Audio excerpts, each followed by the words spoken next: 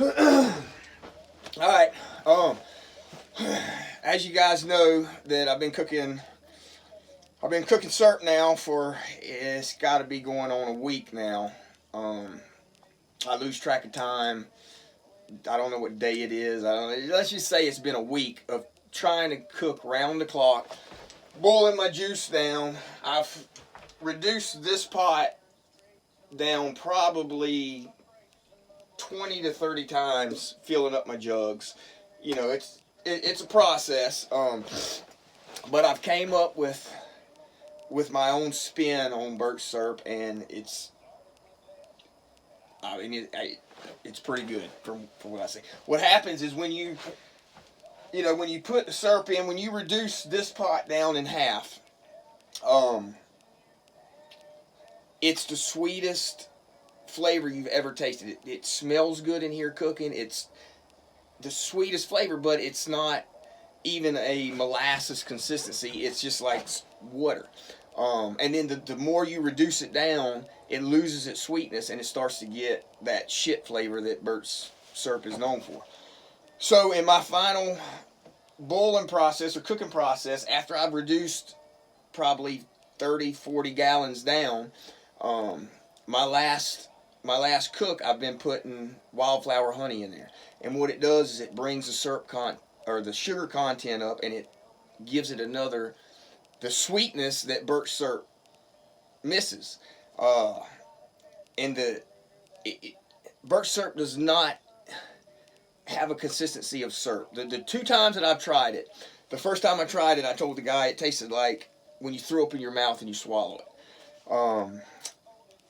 So, it tastes like shit. So adding the honey brings the sugar back up in it, and it gives it a real syrup consistency. It was so thick that I tried to strain it. My final batch, I tried to strain it through the cleanest sock I had, and if you could see how thick it is, it wouldn't even go through the sock. So, I took my little spoon, and I got the skimmings like you do with cane syrup. I got all the skimmings off, and I'm saving these. I mean, look how thick this is.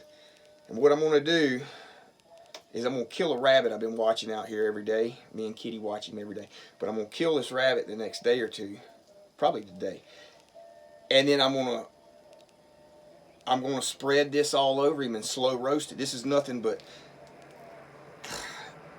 goodness. This is the skimmings off the top. But anyway, okay, this is my final batch after all this. And my syrup has a consistency of real syrup, which birch syrup does not. But let's just see what it looks like. Oh, it's not even going to strain. Fuck. Okay, it's thick. Birch syrup would pour through there like water. My syrup, and I have to say that I think this is the best syrup Alaska's ever seen. But here we go. Look at that. Oh, look at that. And now you take into consideration. Now this is a week's worth of work. Working round the clock. This is what you get after a week's worth of work. Oh my God, that looks good. And I'll scoop some more out of here, but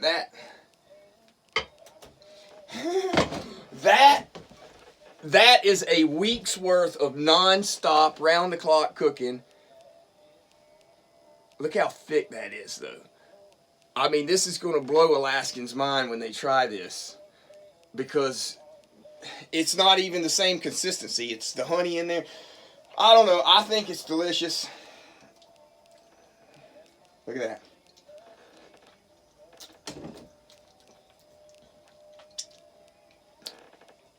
Hands down, the best birch syrup I've ever had.